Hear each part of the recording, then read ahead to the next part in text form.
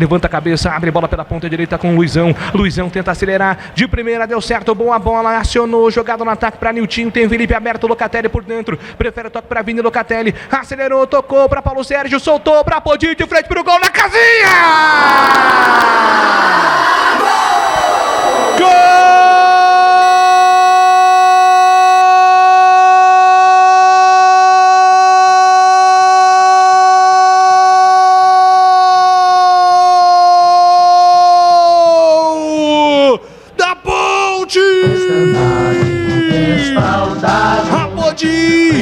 Apodi, jogada trabalhada pelo campo de ataque, Paulo Sérgio servindo, Apodi mergulhando na casinha, gol da Ponte no Novelli Júnior. Apodi na raça, ele já ia perdendo tempo de bola, mergulhou num carrinho com a perna esquerda, mandou pro fundo da casinha, gol de empate no Novelli Júnior. Camisa 22, beleza Apodi, beleza Ponte, beleza Apodi, beleza Ponte, beleza Apodi, empata o jogo, a Macaca com camisa 22, Super Apodi. Agora 11 minutos no primeiro tempo em Itu, Ponte Preta 1, Ituano também. Um detalhe do gol é seu, Antônio Lupe. Mais uma jogada com a colaboração do Vini Locatelli, que recebeu a bola na intermediária, levantou a cabeça, viu Paulo Sérgio fazendo o pivô, o toque preciso do camisa 9 pro Apodi, que no carrinho, escorregando, acertou um chute o suficiente para mandar a bola pro fundo da rede do Pegorari.